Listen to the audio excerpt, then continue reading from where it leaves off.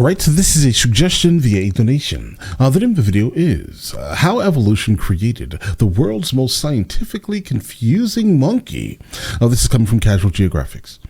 Check it out. Let's do this one here. Let's get it, guys. 3, 2, 1, go! Okay.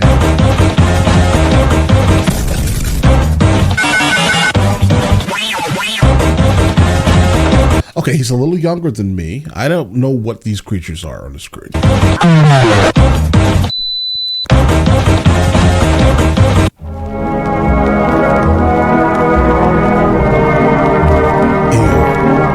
offense. Sorry for your disrespect. Sorry for the disrespect. Why is that bag on your head? Why? Oh, no reason. Except you gave me the ugly.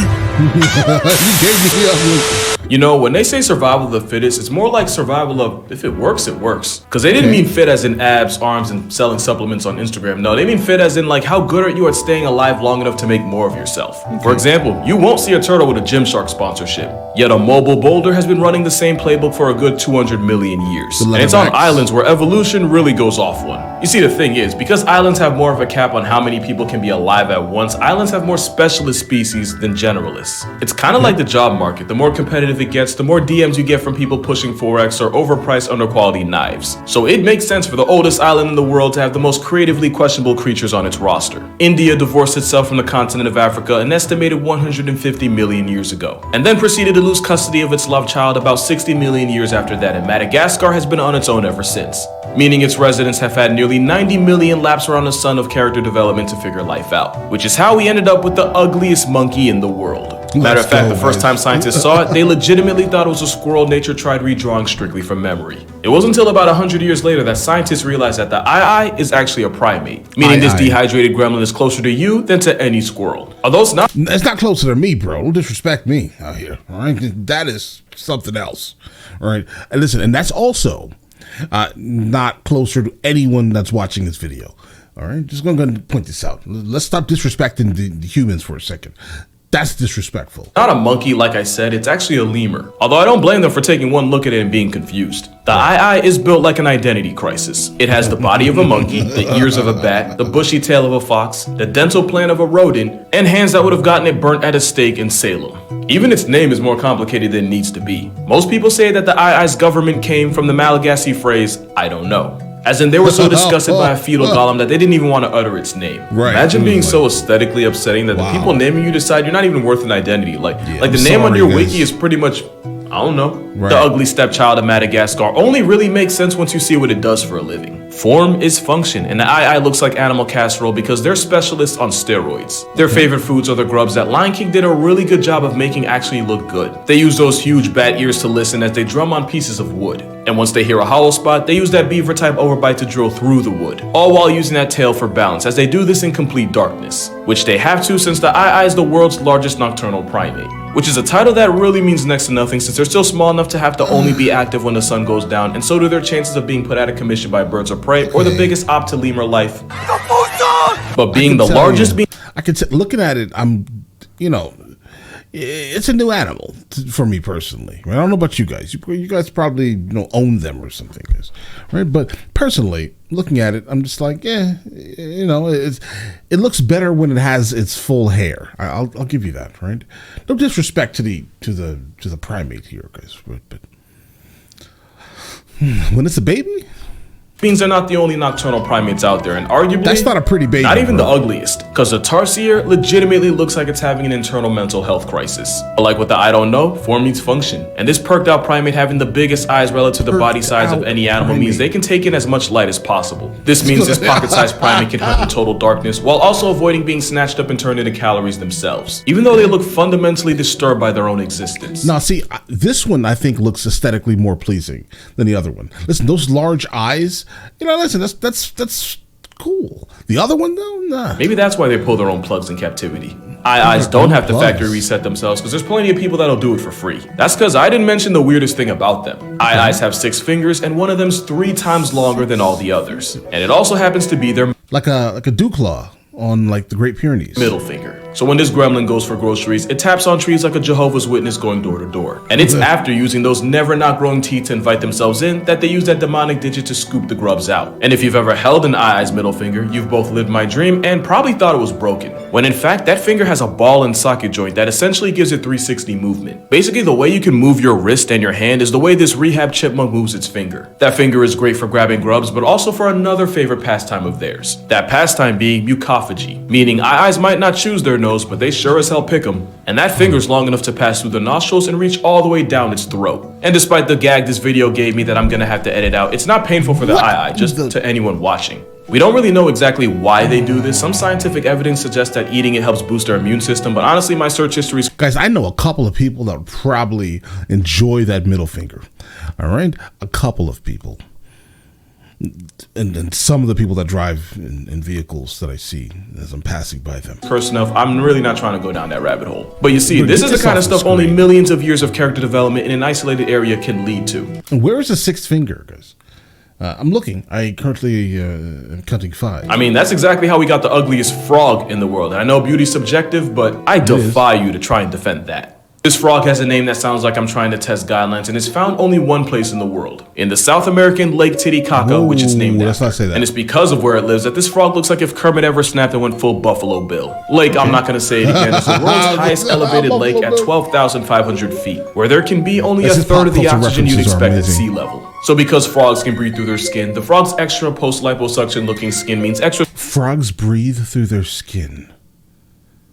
No surface area to absorb oxygen, which is what makes it the ultimate specialist, since the skin that lets it live up here would almost certainly get it packed up and put on a shirt anywhere else. Which is also why if you Google scrotum frog, 2 things will happen. You'll get this struggle toad's mugshot, and you'll end up on the same watch list as me. Unfortunately, despite looking like a grown man's hairless undercarriage, the frog with the name often gets deprived from life by people using it for food and medicine. Eyes also have to worry about getting turned into past tense by people, but for almost the opposite. Okay, yeah, guys, I definitely would rather look at this animal than that frog. Reason. You see, I was... It definitely looks like your grandfather's, ball bag, bro. I was kidding with the whole gremlin thing. I actually think they're kind of cute. Beauty is in the eye of the beholder, and according to locals, eyes don't behold in nothing. Despite being a lemur that literally identifies as a woodpecker, locals were so terrified of it that they would murk it on sight. And here's where their biggest flex becomes a curse. Because according to folktales, not only was this primate a harbinger of evil, if it ever pointed that freakish middle finger at you, you might as well lease a casket since it meant you'd be a was sooner than later. One myth even said that if you didn't go out of your way to sign its obituary first, the eye would break into your house and relieve you from life by stabbing you through the heart in your sleep. Obviously, it's not even close to being true, but imagine being such an assault on the eyes that people decide that oxygen is wasted on. It's the opposite of pretty privilege. It's like a disheveled disadvantage. And this homely handicap is a big reason why the eye is endangered.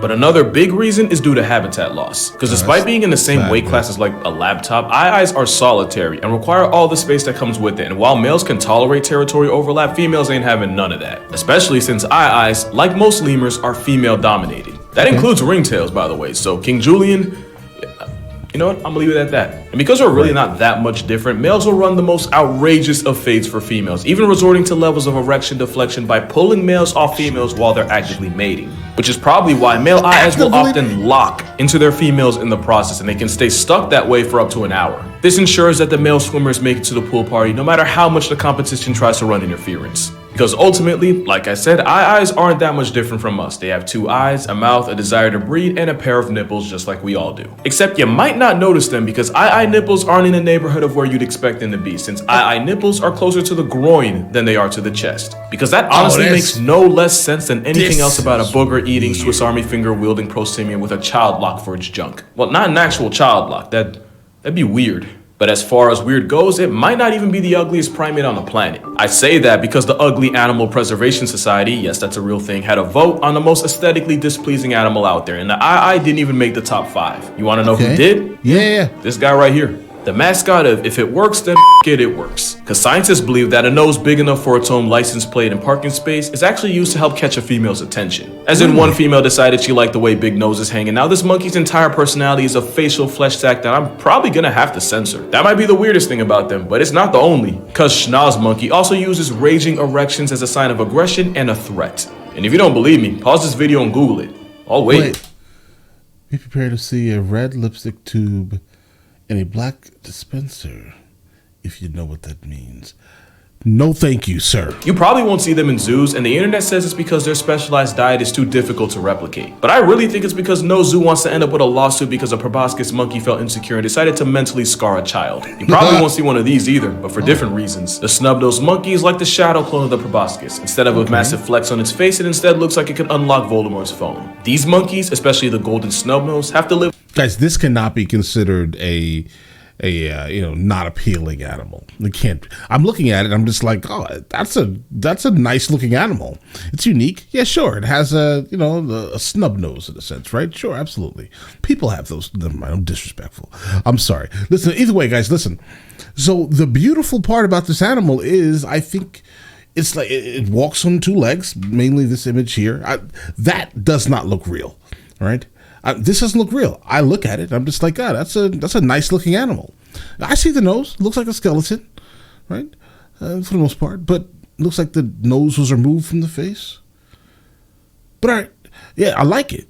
I think it looks... Let's face it instead. But the fact that it's moving like in real life Proboscis is monkey felt absolutely insecure and decided to mentally intriguing. scar a child. You probably won't see Like one of this? these either, but for different reasons. The snub-nosed monkey is like That's the shadow nice clone of the proboscis. Instead of a massive flex on its face, it instead looks like it could unlock Voldemort's phone. These monkeys, especially the golden snub-nose, have to live in the cold mountainous forests of Asia, and it's believed that the snub-nose helps prevent it from getting frostbite. And yeah, in typical evolution fashion, the monkeys with a no-nose got to live long enough to pass it down, and the ones that didn't, well, you don't see them around for a reason. And like I said, in some cases, we're really no better than them, since black snub-nosed monkeys will actually use natural lipstick as a way to get attention. Except with them, it's actually the guys whose lips get the Kylie Jenner treatment, and the males with the biggest and brightest lips get the best pick of partners. Red lips are one thing, but one monkey managed to take it even further. For so long, we didn't know why the Wakari cosplays as Red Skull with a receding hairline. Turns out, just like with the snub-nose's lips and this monkey's proboscis, it's what beauty standards in nature look like. Scientists now believe that the bright red color correlates to health and reproductive fitness. We know this because when a Wakari gets sick with like a malaria parasite or something,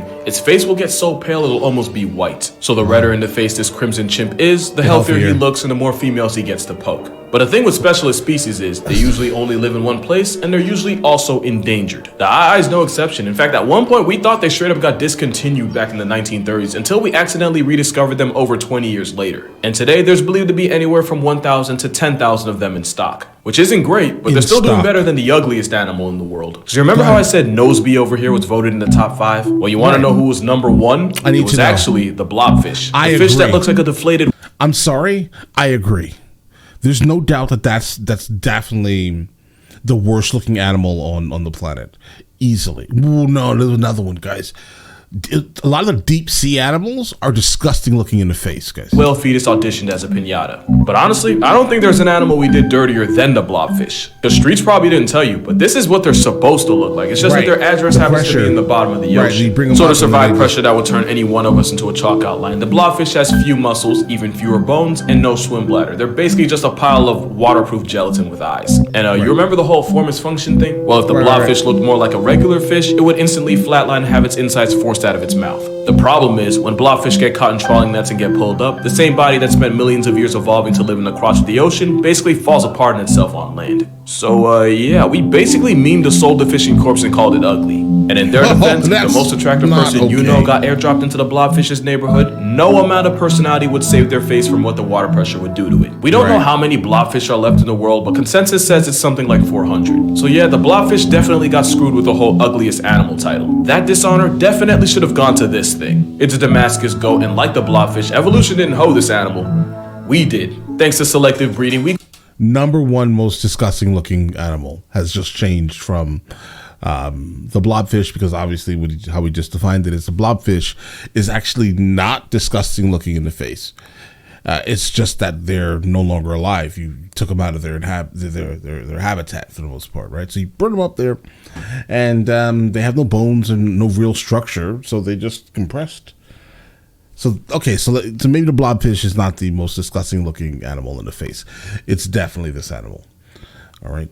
The other one was bad, but this one is worse, guys. We created a goat that looks almost cute as a baby, but then grows up into the steed of Satan. So basically, we pugged a goat. But these goats are incredibly valued for their milk and meat, and getting a purebred one will set you back a good $5,000 or more. Not only that, but this one was named the most beautiful goat in the world in 2008. So I guess the moral here is, no matter how rough you might think you look, you're always going to be of value to somebody. Even if you look like you took a steel chair to the chin. And even if you look like something God made on a deadline. But that's going to do it for this video. Make sure to check out my TikTok and Instagram for more consistent content while you're waiting for the next video. And if you'd like to support this incredibly questionable content beyond just subscribing, my Patreon's also going to be in the description. But as always, never feel like you have to give anything. That aside, make sure you drink water, hug your mother, be glad your lady poker doesn't have a child lock on it, and I'll see y'all in the next one.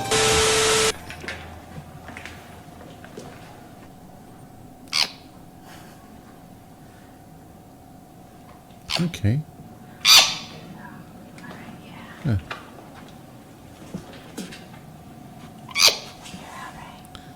Yeah, I don't really have a... No, the baby looks rough, bro. But it's a baby, so I mean, I guess that you'll like it because it's a baby, most likely, right? But it's not aesthetically pleasing. Absolutely. Damascus goat. I don't even know what happened there, bro. But listen, he's right. Your beauty is absolutely in the eye of the beholder. People have put a massive value on a goat, right? A very specific, unique goat. And he's right. It looks like he got hit in the face with a chair. That's a bad one, guys. Right? For me personally. Right? I mean, if you like it, I love that you love it and like it. You know, magic. Listen, let me know in the comments of the next thing from him that we should be checking out, and I will get into that as soon as I possibly can, all right? And listen, you guys all have an absolutely amazing day. Enjoy it thoroughly.